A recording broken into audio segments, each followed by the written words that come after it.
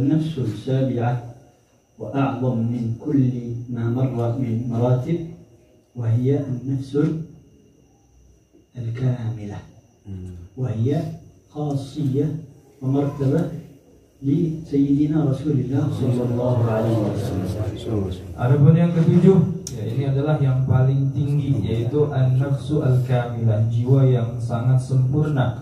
Dan ini adalah yang paling tinggi, yang paling mulia, dan hanya dimiliki oleh Rasul sallallahu alaihi wasallam. السعيد من حافظ على نفسه ومن علم نفسه وكما قال السلف الصالح من عرف نفسه عرف ربه. Dan orang yang bahagia adalah orang yang menjaga dirinya, ya. Dan dikatakan oleh orang-orang soleh bahwasanya orang yang tahu dirinya, ya, maka dia akan mengetahui Tuhannya, mengetahui Allah Subhanahu wa Ta'ala. فهذا الاختصار والعفو عن الإطالة، والحديث هذا شرحه يطول. والفقير ليس من أهله الله، والفقير ليس من أهل الشرح، وإنما جئت لأجل الاستماع من سيدنا وحبيبنا الحبيب علي حفظه الله وأطال في عمره في الصحة والعافية. وهذه حقيقة، ويشهد الله على ذلك أنني لم آتي إلا لأجل البركة ولأجل الاستماع ولأجل حصول المدد الذي يحصل على مثل هذه المجالس معمورة بالسلف الصالح وبسادتنا على مشايخنا. فنفع الله بصاحب هذا المجلس المبارك وبالطلاب وبالحاضرين والمستمعين والمستمعات، وجعله سببا لنا في حصولنا على شفاعة رسول الله صلى الله عليه وعلى آله وصحبه وسلم، وسببا في تطهير أنفسنا، ترقيتها وتنقيتها وتسقيتها وتشريفها وتعظيمها ورفعتها في هذه الدنيا وفي الآخرة. آمين اللهم آمين. ما يحتاج ترجمة. نواصل. طيب. قال يا عبادي إني حرمت الظلم على نفسي وجعلته بينكم محرما فلا تظالموا لا يظلمن أحدكم نفسه ولا يظلمن جاره ولا يظلمن أهله وأظلم الظالمين من يحشر يوم القيامة مع قارون ومع فرعون ومع هامان ولا يملك في الحديث ولا يملك إلا أهل بيته، فيكون مرتبته أو عذابه يوم القيامة عظيم. فظلم النفس ثم يليه ظلم الأهل والأقارب ثم يليه ظلم الجيران، فهذا من أعظم الظلم. Jadi janganlah sekali-kali kalian, kita semua ini menzalimi orang lain, menzalimi diri kita sendiri, menzalimi tetangga, menzalimi keluarga, menzalimi teman, ya, karena kelak nanti sifat zalim tersebut akan ditumpahkan kepada kita di hari kiamat. Semua kezaliman yang kita lontarkan kepada teman kita, keluarga kita, ya, atau tetangga kita akan dilemparkan kepada kita, dan mereka orang-orang yang zalim akan dibangkitkan bersama si Qarun, dibangkitkan sama si Fir'aun dan lain sebagainya, orang-orang yang zalim.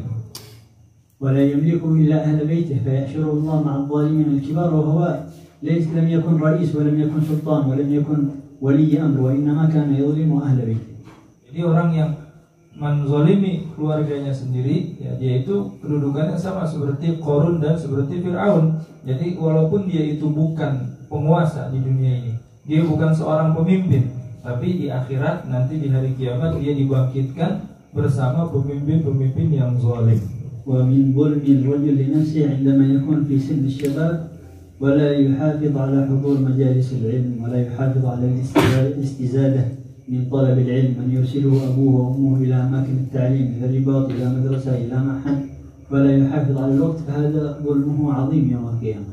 Dan di antara kezaliman pada diri sendiri bagi seorang pelajar adalah ketika mereka tidak menggunakan waktunya sebaik mungkin. Mereka dikirim oleh orang tuanya ke tempat, ya, belajar, ke pesantren untuk belajar, tapi mereka tidak melaksanakan, mereka tidak belajar, mereka tidak memanfaatkan waktunya sebaik mungkin. Maka ini adalah di antara kezaliman yang sangat besar. ثم قال يا عبادي كلكم ضال إلا من هديته. كل مولود يولد على الفطرة، ولكن ما يحصل له بعد الولادة يكون في مرحلة ضلال، ليس له هداية إلا من الله. من يهدي الله فهو المهتد، فالهداية هي من الله. فالإنسان يحافظ دائما في الصباح والمساء كما نقرأ في دعاء القنوت اللهم اهدني فيمن هديت اللهم إني ضال فاهدني. يحافظ على هذا الدعاء ليلا ونهارا. Kullukum dhalun.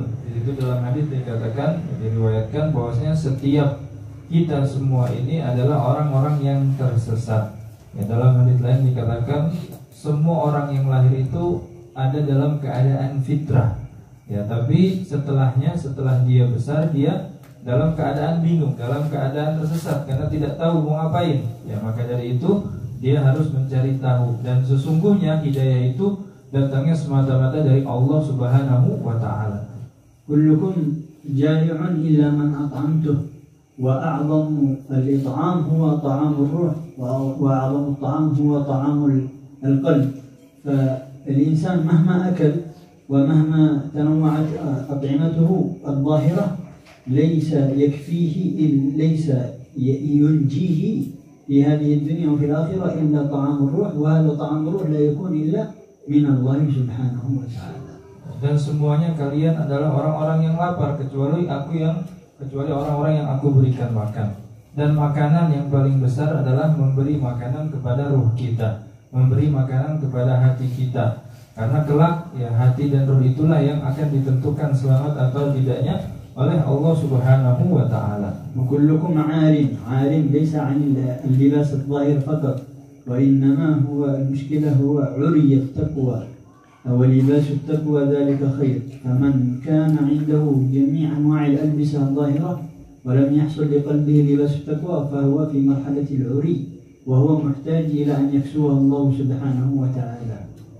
Ya, dan kita ini semua ari, yaitu tidak berpakaian. Tapi yang dimaksud di sini adalah arin anit takwa. Kita terlepas dari yang namanya takwa kepada Allah oleh Allah Subhanahu wa taala. Maka dari itu kita harus memberikan ya hati kita ini pakaian takwa. Ya, karena libasut takwa itu adalah pakaian yang sangat paling sempurna dan yang paling baik. Innakum ya ibadi innakum tukhti'una bil-laili wan-nahar. Sifatul insan هو النسيان وصفته الخطأ والوقوع في العصيان ولكن فاستغفروني أغفر لكم. كلما وقع الإنسان في المعصية وقع في الذنب يرجع إلى الله يستغفر الله يحبه الله أكثر من الذي لا يفعل المعاصي ولكن لا يستغفر. الله يحب التوابين يحب المستغفرين يحب الأوابين يحب الراجعين ولو أذنب في اليوم 1000 مرة. Dan semuanya kita ini manusia siang dan malam selalu berbuat yang namanya dosa, berbuat yang namanya salah. Maka dari itu kita itu dianjurkan, diwajibkan untuk selalu bertobat. Setiap kali jatuh dalam maksiat bertobat, setiap kali jatuh dalam maksiat bertobat. Ya, karena sesungguhnya sebaik-baiknya orang itu orang yang selalu bertobat kepada Allah Subhanahu wa taala. Innakum lan tablughu dhurri fatadurruni. Allah Subhanahu wa taala la tadurruhu معصية ولا تنفعه طاعة وإنما نحن البشر نحن المكلفين المعصية تضرنا والطاعة تنفعنا.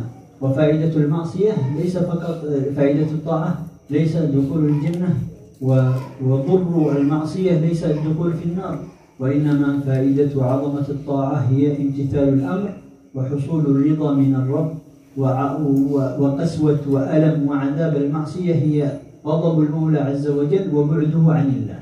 Dan sesungguhnya Allah Subhanahu wa taala itu tidak maksiat kita dan taat maksiat kita tidak membahayakan Allah dan taat kita tidak memberikan manfaat pada Allah Subhanahu wa taala. Akan tetapi sebaliknya, ketika kita berbuat maksiat itu mudaratnya, bahayanya kembali kepada kita. Begitu juga sebaliknya kalau kita itu taat. Ya, Allah memang tidak memerlukan taat kita, tapi kitalah yang perlu dengan taat kita. Karena dengan taat itu kita sudah menjalankan perintah Allah, dan dengan taat itu kita berharap untuk mendapatkan ridha Allah dan juga mendapatkan pahala dari Allah Subhanahu wa taala. Bukan karena kita ingin masuk surga, atau kita bermaksiat bukan karena takut masuk neraka atau karena kita masuk neraka, bukan. Ya, tapi semua itu gunanya untuk mendapatkan ridha Allah Subhanahu wa taala. لو أن أولكم وآخركم وإنسكم وجنكم كانوا على أتقى قلب رجل منكم لو أن الناس في هذه الدنيا كلها في كل الناس كانوا في هذه الدنيا من أتقى الناس ومن أعبد الناس ومن من يملك الإيمان القوي لا يزيد في ملك الله شيء. ولو كان العكس، لو كانوا كلهم عصاة كلهم مذنبين كلهم مقصرين كلهم ظالمين لا ينقص من ملك الله شيء. الطاعة لا تزيد في ملك الله والمعصية لا تنقص في ملك الله. Jadi walaupun seluruh orang di dunia ini bertakwa, itu tidak akan menambahkan kejayaan atau kerajaan kekuasaan Allah Subhanahu wa taala. Jadi taatnya kita atau orang-orang bertakwa itu tidak ada pengaruhnya dengan kekuasaan Allah Subhanahu wa taala. Begitu juga sebaliknya. Andaikan saja semua orang di dunia ini bermaksiat kepada Allah Subhanahu wa taala, maka itu sama sekali tidak mengurangi kekuasaan Allah Subhanahu wa taala. Jadi taat kita dan maksiat kita tidak ada pengaruhnya kepada kerajaan Allah Subhanahu wa taala. Walau anna awwalakum wa akhirakum wa insakum wa jinnakum qamu fi sa'idin wahid, yani qamu fi ard wahidah, kulluhum min nabiyyina Adam ila akhir man yamut min al-ummah wa laysa min al-bashar faqat, min al-jinni wal-ins, min al-jinni wal-ins, waqafu fi sa'idin wahid fasalu wa sa'ala kullu wahid mas'alatan. ولو كانت مسألة كبيرة ولو كانت مسألة عظيمة وأجابهم الله على ذلك على هذه المسائل كلها وقضى لهم جميع الحاجات لا ينقص من ملك الله إلا كما تنقص الإبرة إذا وضعناها ليس في هذا الماء في البحر. عندما نضع الإبرة في البحر نخرج الإبرة ما في حتى نقطة ما في حتى قطرة ما في شيء يبقى. فهذا في علم الله ليس ينقص من عظمة ملكوت الله شيء. Dan begitu juga andaikan seluruh makhluk di alam semesta ini berkumpul fi sa'idin wahid, di satu tempat, ya bukan manusia saja, tapi dari bangsa jin juga, dari bangsa setan semuanya, dari zaman Nabi Adam, dan begitu juga sampai orang-orang yang terakhir meninggal. Andaikan mereka itu berkumpul di suatu tempat lalu meminta kepada Allah Subhanahu wa taala, yang mereka meminta agar hajat-hajat mereka yang bermacam-macam itu dikabulkan, lalu Allah mengabulkannya, maka itu sama sekali tidak mengurangi kekuasaan Allah Subhanahu wa taala. Itu sama halnya seperti sebuah jarum yang kalau kita celupkan ke dalam air, ya maka kalau kita lihat tidak ada ya dari jarum itu sebuah bekas atau laut itu tidak akan terlihat kurang. Jadi itulah perumpamaan kekuasaan Allah Subhanahu wa taala. وهذا فقط مثال وإلا من واجبنا في علم العقيدة والتوحيد السليم أنه لا يوجد في علم الله وفي معرفة الله وفي جناب الله لا يوجد شيء قليل وصغير وكبير وقليل وكثير، لا يوجد في علم الله، لأنه هو الكبير وهو العظيم وهو الخالق وهو الرازق. فلا نقول هذه حاجة صغيرة وهذه حاجة كبيرة وهذه عبادة كثيرة وهذه عبادة قليلة. ليس له قيمة في نظر الله، وإنما قيمته بالإخلاص وقيمته بالإيمان وقيمته بالتوكل وقيمته بالرجوع والفناء في حضرة الله. عند ذلك يصل الإنسان حتى بالأعمال التي نحن كبشر نراها يسيرة ونراها قليلة. Jadi ini hanyalah sebuah perumpamaan, ya itu hanya perumpamaan untuk memudahkan kita berpikir. Akan tetapi kalau dalam akidah, ya dalam ilmu tauhid, tidak ada sesuatu itu yang sedikit atau banyak dalam ilmu Allah Subhanahu wa taala. Jadi semua itu tidak bisa mengurangi kekuasaan Allah Subhanahu wa taala walaupun hanya sedikit. Ya karena sesungguhnya Allah Subhanahu wa taala pemilik semua langit dan di bumi ini. Allah lah sang pencipta. Jadi tidak ada pengaruhnya. Itu hanyalah sebuah misal, sebuah contoh untuk kita yaitu memudahkan dalam memahaminya. وفي آخر هذا الحديث القدسي يقول الله سبحانه وتعالى إنما هي أعمالكم أحصيها لكم ثم أوفيكم إياها يوم القيامة فمن وجد خيرا ماذا يقول؟ فليحمد الله. من الذي أكرمك ومن الذي أنعم عليك ومن الذي وفقك ومن الذي هداك هو الله، فليحمد الله فقط، لا يقول هذا من نفسه. ومن وجد غير ذلك فلا يلومن إلا نفسه، وهنا يرجع إلى أصل الحديث ظلم النفس. فلا يلومن في يوم القيامة شخص لا يلومن إلا نفسه ولا يخافن إلا ربه في الحديث لا يلومن أحدكم إلا نفسه ولا يخافن إلا ربه ولا يستغفر ولا يخافن إلا ربه وليستغفر من ذنبه. فالإنسان في هذه الدنيا يحافظ على الأعمال الصالحة، ولكن لا تكفي الأعمال الصالحة، يطلب من الله القبول ويطلب من الله الهداية. ليس بالأعمال نحن نحاسب يوم القيامة، وإنما بعدل الله وبرحمته. فإذا وجد خيرا فليحمد الله، وإذا وجد غير ذلك فلا يلومن إلا نفسه. Dan di akhir hadis di situ dikatakan, disebutkan dan dijelaskan bahwasanya semua itu adalah amal kalian, perbuatan kalian yang kelak nanti di hari akhir, di hari kiamat akan aku perhitungkan dan akan aku penuhi semuanya. Ya, maka barang siapa yang menemukan amalnya itu baik, maka hendaknya dia memuji Allah Subhanahu wa ta'ala. Dan sebaliknya, kalau misalkan dia menemukan amal dia itu buruk atau jelek, maka janganlah salahkan kecuali dirinya. Maksudnya apa? Kembali kepada asli hadisnya, yaitu dia berbuat zalim kepada dirinya sendiri. Ya, dan semua itu perbuatan baik tidaklah bisa kita kerjakan kecuali karena Allah Subhanahu wa ta'ala. Jadi jangan kita pernah berpikir bahwasanya perbuatan baik itu karena diri kita yang mengerjakan. Enggak, tapi semuanya karena Allah Subhanahu wa ta'ala. Maka dikatakan, maka bersyukurlah atau pujilah Allah Subhanahu wa ta'ala karena telah menggerakkan badan kita ini untuk berbuat baik. Qala Sayyidina Ali bin Abi Thalib karramallahu wajhahu wa radhiyallahu anhu, hasibu anfusakum qabla an tuhasabu.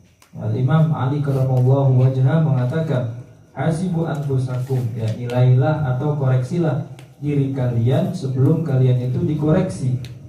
فنسأل من الله سبحانه وتعالى ببركة هذا المجلس أن نبدأ في محاسبة أنفسنا من هذه الليلة قبل أن ننام. في كل ليلة نسأل أنفسنا ماذا عملنا وماذا قدمنا وكيف حالنا مع ربنا وكيف حال قلبنا مع العبادة ومع الصلاة ومع القرآن ومع أخلاق وآداب وشمائل الحبيب المصطفى صلى الله عليه وسلم. Maka di majelis yang mulia ini, nanti sebelum kita tidur, ya, sebelum kita memulai apapun, kita mulai untuk mengkoreksi diri kita sendiri. Apa amal soleh yang sudah kita laksanakan, apa yang sudah kita persembahkan untuk umat ini, untuk pondok ini. Ya, semoga apa? Semoga dengan nanti dengan koreksi tersebut kita mendapatkan keberkahan. Begitu juga dengan hadirnya kita di majelis ini, kita mendapatkan keberkahan dan juga ampunan dari Allah Subhanahu wa ta'ala. Jazakumullahu khairan wa nashkur habibana Tayyib Ali ala karam da'wah wa husn ad-diyafah. Nas'alullah subhanahu wa ta'ala an yaj'alana min al-mutahabbin fillah wal mutahajjatin fihi wal mujtami'in alayh. Wa kama jama'na fi hadha al-majlis al-mubarak yajma'na bil jam'iyyah al-kubra wal jam'iyyah al-'uzma ma'a al-habib al-mustafa fi al-firdaus al-a'la bi rahmatika ya arhamar rahimin ya arhamar rahimin. Alhamdulillahi rabbil alamin.